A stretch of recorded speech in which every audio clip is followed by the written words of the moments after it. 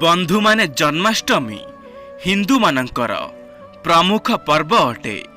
हिंदू मान्यता अनुसार सृष्टिर पालनकर्ता श्रीहरि विष्णुंकर अष्टम अवतार भगवान श्रीकृष्णଙ୍କ जन्मदिन को जन्माष्टमी रूप से मना जाइथाए। जन्माष्टमी दिन भगवानंकर विशेष पूजा करा जाइथाए। जन्माष्टमी व्रत को व्रतराज बोली कहा जाइथाए। भविष्य पुराण अनुसार एही व्रतर संबंध रे यह उल्लेख करा जाइछि कि जो घरे जन्माष्टमी व्रत पालन करा जाए सेठारे दुर्भाग्य, कली एवं अकाल मृत्यु, गर्भपात एवं असफलता परी दशा रही न थाए। जन्माष्टमी दिन भगवान श्रीकृष्णଙ୍କ व्रत एवं पूजा करिबा द्वारा सबु पाप एवं दुखर नाश होइथाए एवं सबु संकटरु मध्य मुक्ति मिलिथाए।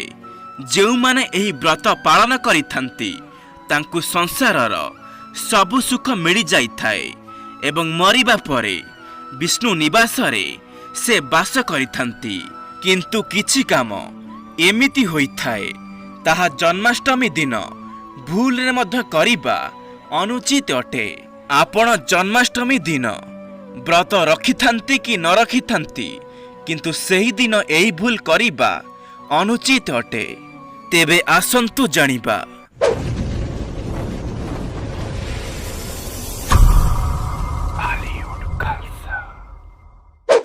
प्रथम जन्माष्टमी दिन पियाज, रसुण, मांस एवं मद्य आदि निशाद्रव्यर सेवन करंतु नहीं। सही दिन केवल सात्विक भोजन करंतु।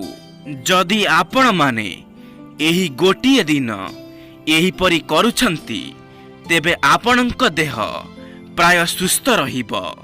द्वितीय जन्माष्टमी दिन बाईगण एवं मसूरर डाली सेवन करिबा अनुचित अटे।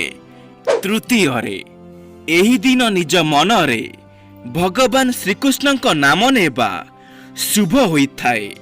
काम एवं भोगविलासरू निजको दूर रखिबा उचित होइथाए। ब्रह्मचर्यर पालन करिबा उचित अटे एवं नकारात्मक शक्ति ठारू निजको दूर रखिबा आवश्यक अटे। चतुर्थ एही दिन जीव हिंसा करिबा अनुचित अटे। भूल रे मध्य कोनोसी पशु किंबा पक्षी मानंकु मारिबा अनुचित अटे एवं लड़ाई एवं झगड़ारू निजको दूर रखिबा शुभ होइथाए एवं बड़ को सम्मान करिबा उचित अटे। पंचम एही दिन भूल रे मध्य कला रंगर वस्त्र पिंधिबा अनुचित अटे कि भगवानंकु कला रंगर वस्त्र अर्पित करिबा अशुभ होइथाए एवं कला रंगर जिनिस खाइबा अनुचित अटे। जेपरिकी कला रंगर चना एवं गुड़ आदिर सेवन करिबा अशुभ होइथाए। षष्ठ एही दिन भूल रे मध्य नड़िया एवं पइड़ आदि को भांगिबा अनुचित अटे। किछि किछि जगारे जन्माष्टमी व्रत राति 12टा पर्यंत रखा जाइथाए एवं लोक माने राति 12टा परे अन्न खाई नियंती। एमिति भूल करिबा अनुचित अटे। एही दिन रात्रि रे अन्न खाइबा अनुचित अटे। जन्माष्टमी परदिन गाधोई सूर्य नमस्कार करी आपण अन्न खांतु बा व्रत भांगंतु।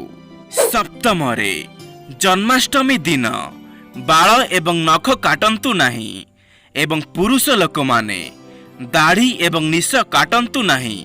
यह करिबा द्वारा घरे नकारात्मक शक्तिर प्रवेश होइथाए एवं एही दिन श्रीकृष्ण को प्रसन्न करिबा पाई सेही दिन सकाळु उठी स्नान सारिबा परे कोनोसी श्रीकृष्णଙ୍କ मूर्ति आगरे बा कोनोसी श्रीकृष्णଙ୍କ फोटो आगरे 8 थर शंख फुंकी निजर गुहारी जणांतु एवं आपणक गुहारी निश्चित पूरण होइजिब।